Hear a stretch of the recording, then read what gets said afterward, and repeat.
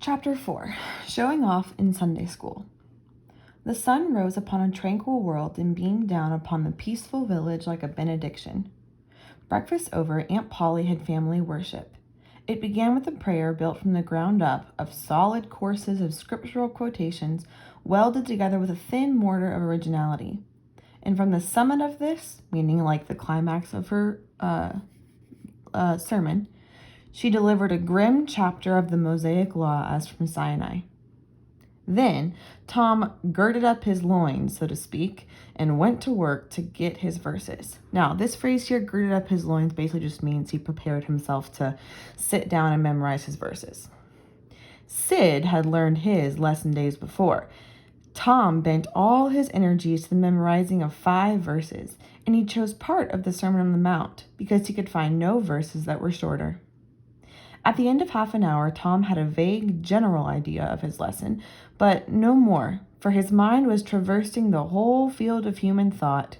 He was clearly very distracted, and his hands were busy with distracting recreations, so he was clearly not focused. Mary took his book to hear him recite, and he tried to find his way through the fog. Blessed are the, poor. Yes, poor. Blessed are the poor, in spirit. In spirit. Blessed are the poor in spirit, for theirs. Blessed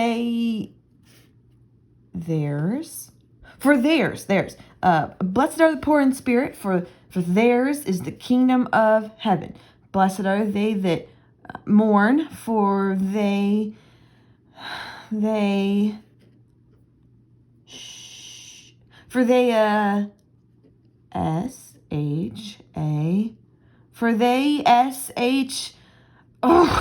don't know what it is. Shall. Oh, shall. For they shall mourn. Blessed are they that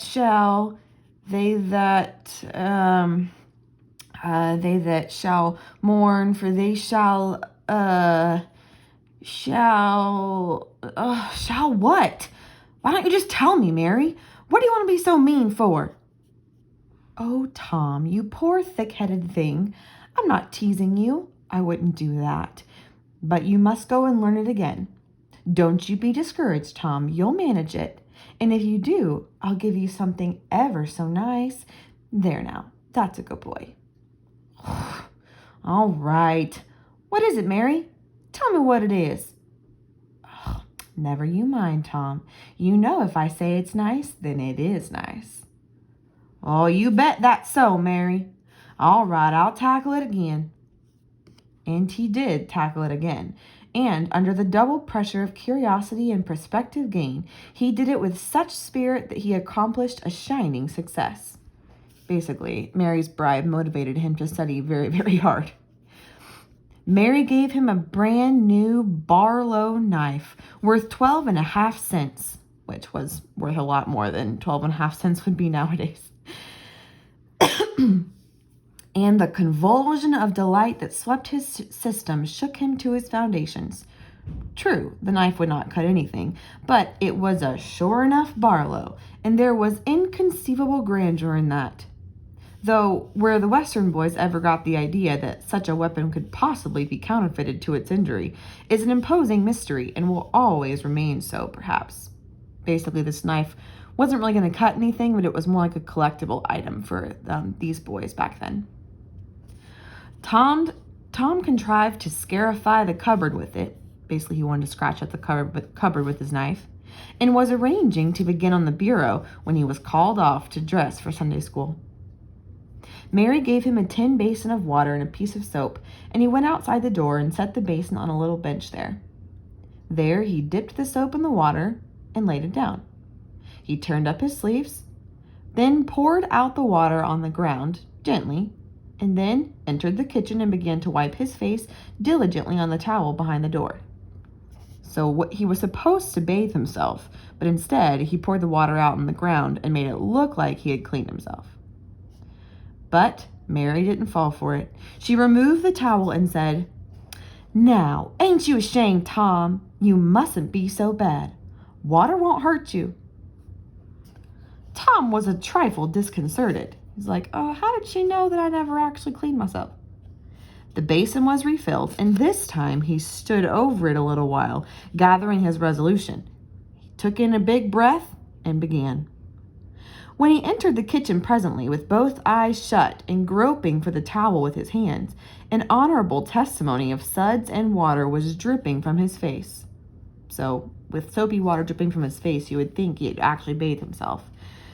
But when he emerged from the towel, he was not yet satisfactory, for the clean territory stopped short at his chin and his jaws like a mask.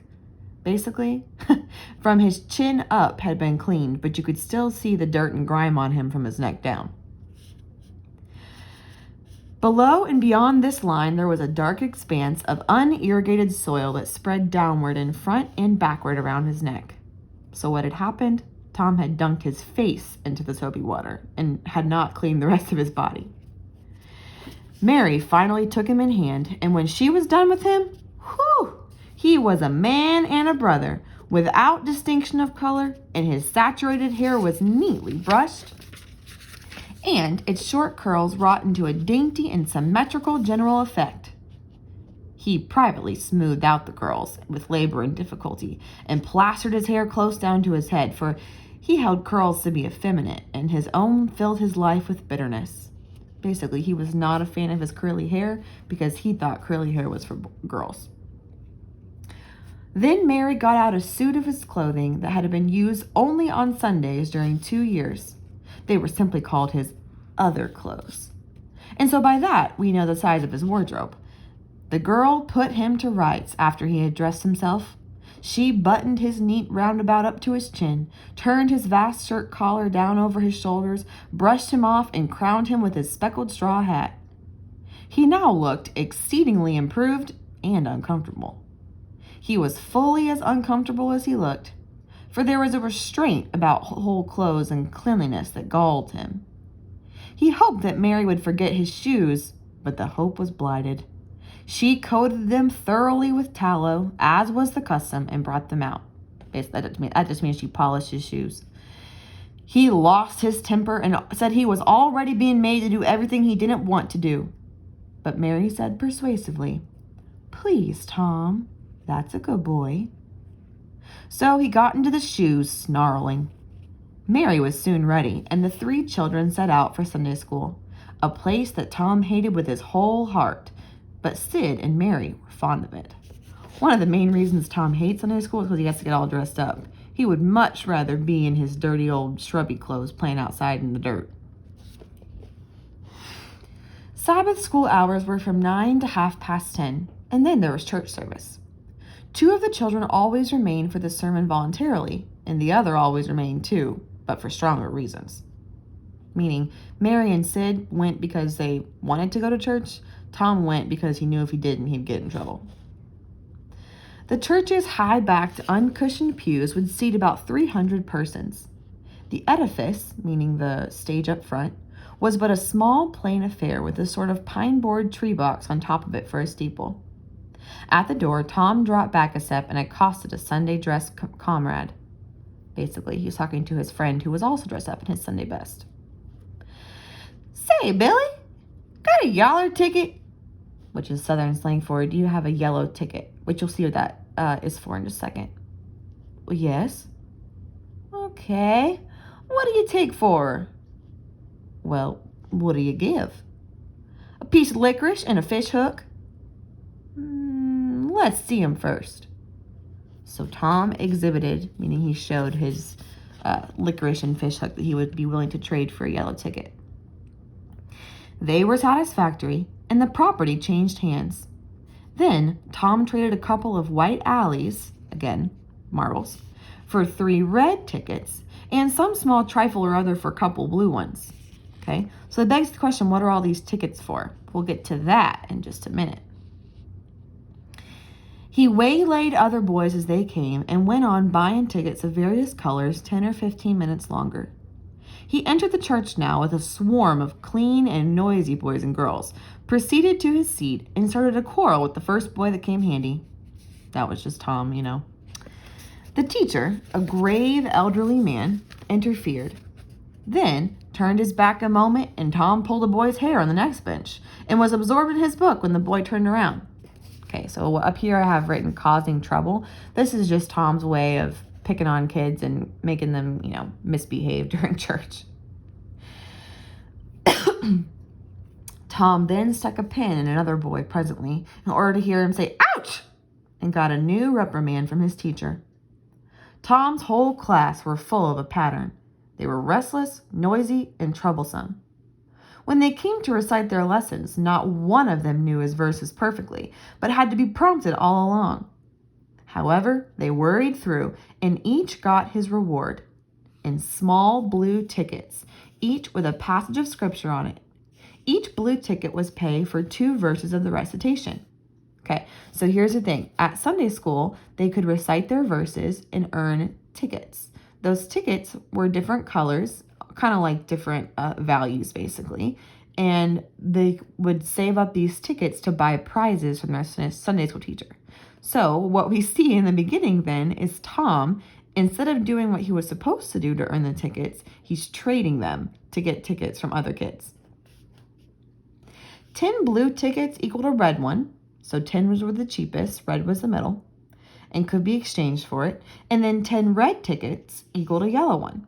The yellow were like the highest. And then for 10 yellow tickets, the superintendent gave a very plainly bound Bible worth 40 cents in those easy times to the pupil.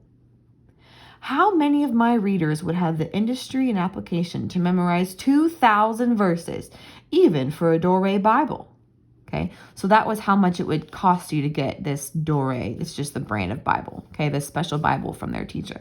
You would have had to have memorized 2,000 verses. And yet, Mary, the older sister or cousin or whatever she is, had acquired 2 Bibles in this way. Okay, the exclamation point is just, that's kind of remarkable. She's memorized 4,000 verses. It was the patient work of 2 years. And a boy of German parentage, he had won 4 or 5. He once recited 3,000 verses without stopping.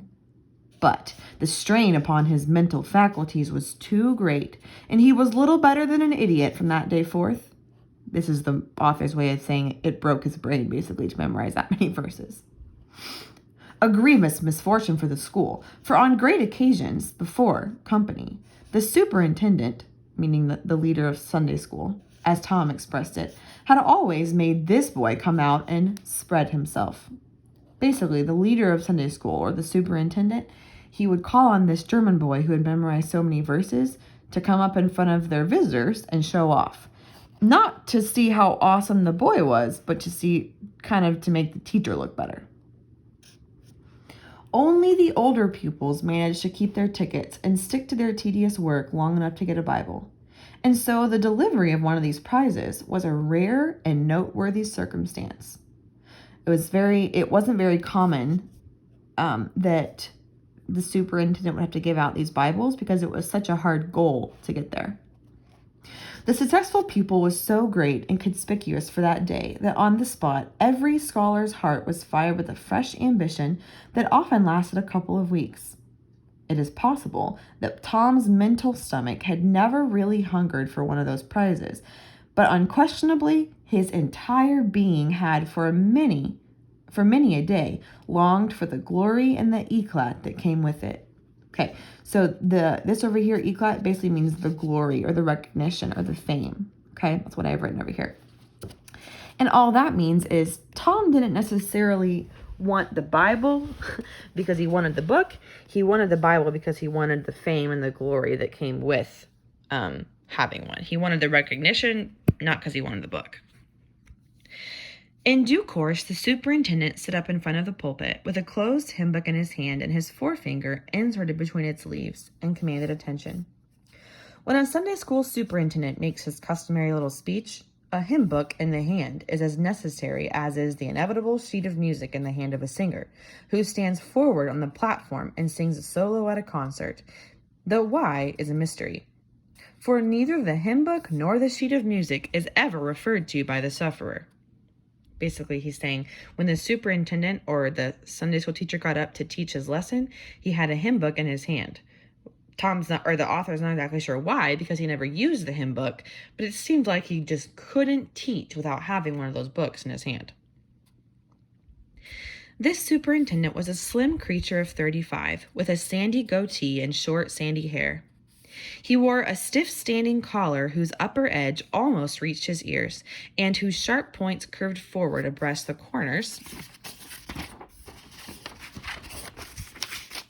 of his mouth. A fence that compelled a straight look out ahead and a turning of the whole body when a side view was required. His chin was propped on a spreading cravat which was as broad and as long as a banknote and had fringed ends. His boot toes were turned sharply up in the fashion of the day, like sleigh runners, an effect patiently and laboriously produced by the young men by sitting with their toes pressed against a wall for hours together.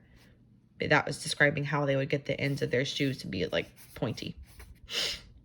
Mr. Walters, who is the Sunday school teacher, was very earnest of mien and very sincere and honest at heart, and he held sacred things and places in such reverence, and so separated them from worldly matters that unconsciously to himself his Sunday school voice had acquired a peculiar intonation which was wholly absent on weekdays.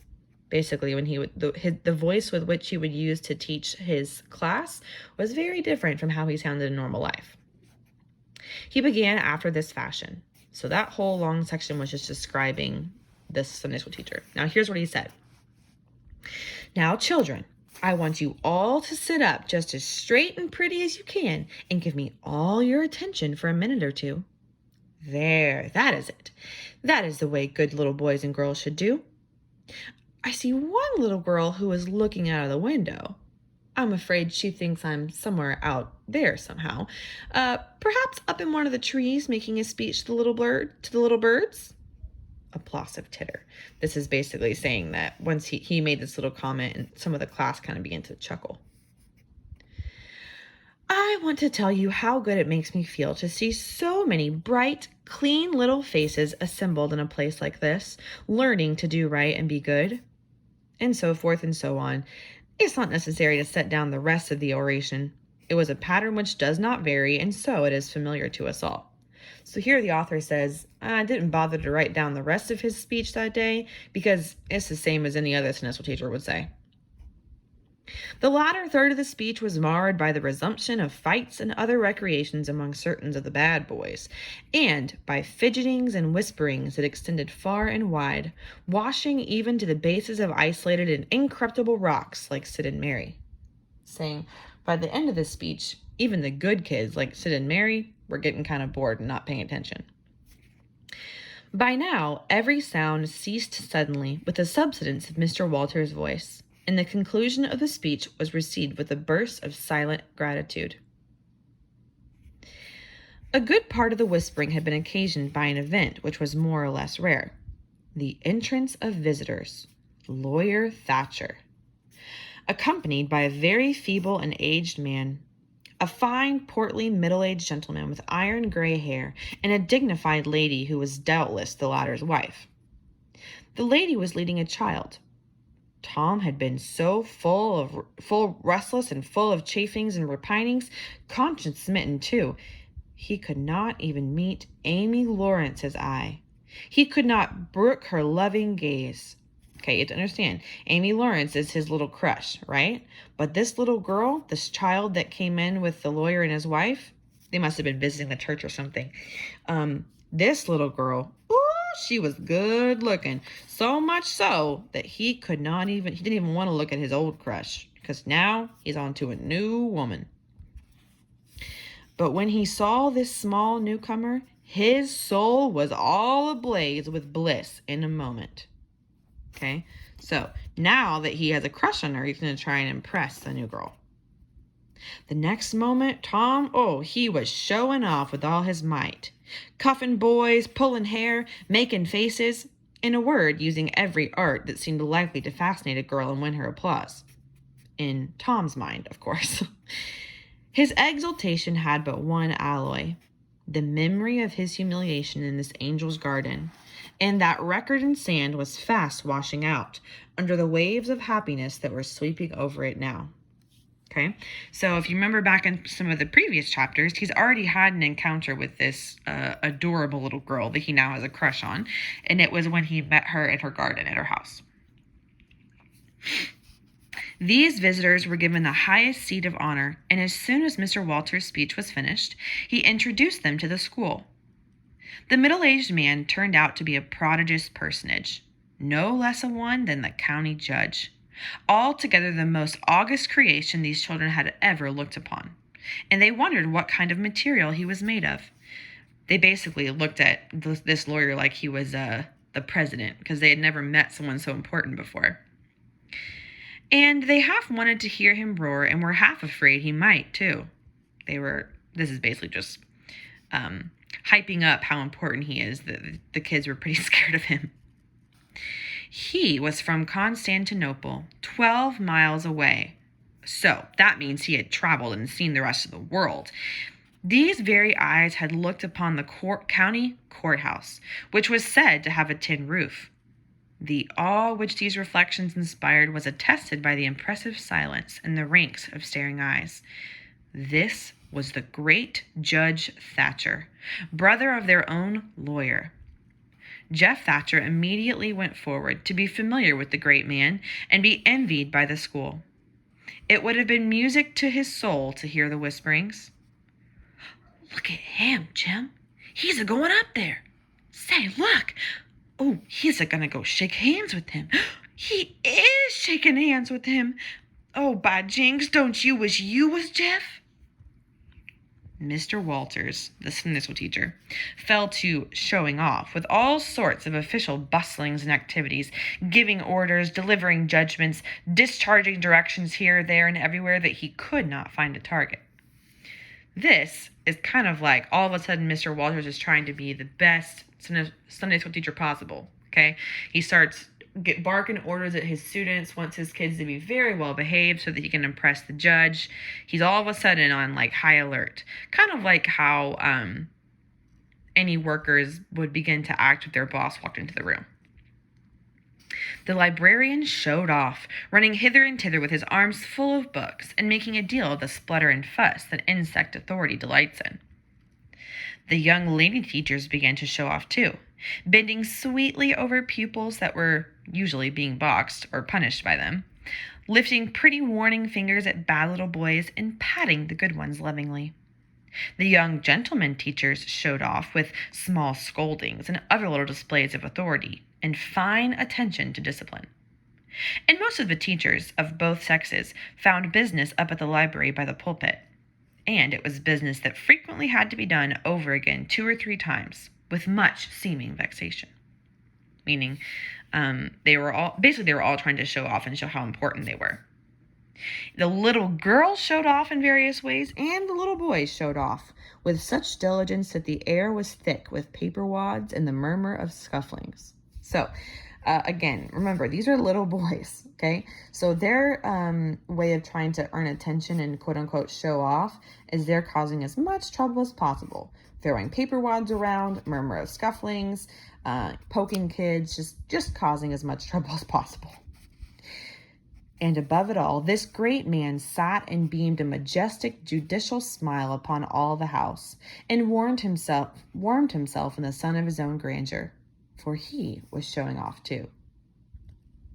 There was only one thing wanting to make Mr. Walter's ecstasy complete, and that was a chance to deliver a Bible prize and exhibit a prodigy. He thought, you know what? If I'm going to show off for this Judge Thatcher, the best way to do that would be for me to award a Dory Bible to one of my students, meaning that I've done such a great job of teaching them that they've memorized so many verses. Several pupils had a few yellow tickets, but none had enough. He had been around among the star pupils inquiring. He would have given worlds now to have that German lad back again with a sound mind. Okay, so what does this mean? He was like, man, if only I had that German kid back. I could call on him, and he'd be able to quote his 3,000 verses, and I would have looked the greatest teacher ever. And now, at this moment, When all hope was dead, Tom Sawyer came forward with 9 yellow tickets, 9 red tickets, and 10 blue ones. 10 blue ones would equal a red ticket, and 10 red. Then he would have 10 red tickets, which would give him 10 yellow tickets, meaning he had enough to get a Bible. And so Tom demanded a Bible. This was a thunderbolt out of a clear sky. Basically meaning this was for sure unexpected. This coming from Tom, the kid who's always causing trouble, all of a sudden he has 10 yellow tickets. He's memorized 2,000 verses from the Bible. We saw in the very beginning how much he struggled to memorize 1 verse of the Bible. So it is clear that something seems to be wrong here. There's no way he's earned his tickets properly. Walter was not expecting an application from this source for the next 10 years, but there was no getting around it. Here were the certified checks, and they were good for their face. Basically, Tom did have 10 tickets, so he couldn't deny it. Tom was therefore elevated to a place with the judge and the other elect, and the great news was announced from the headquarters. It was the most stunning surprise of the decade, and so profound was the sensation that it lifted the new hero. Hold on, I gotta adjust here. That it lifted the new hero up to the judicial one's altitude. And the school had 2 marbles to gaze upon in place of 1. All the boys were eaten up with envy, but those that suffered the bitterest pangs were those who perceived too late that they themselves had contributed to this hated splendor by trading tickets to Tom for the wealth he had amassed in selling whitewashing privileges. These despised themselves as being the dupes of a wily fraud, a guileful snake in the grass. Okay, so over here I have written Tom wins again. Those boys that actually traded their they traded their tickets for all kinds of little trinkets and things that Tom had convinced them were important, they're the ones that all of a sudden feel stupid. They're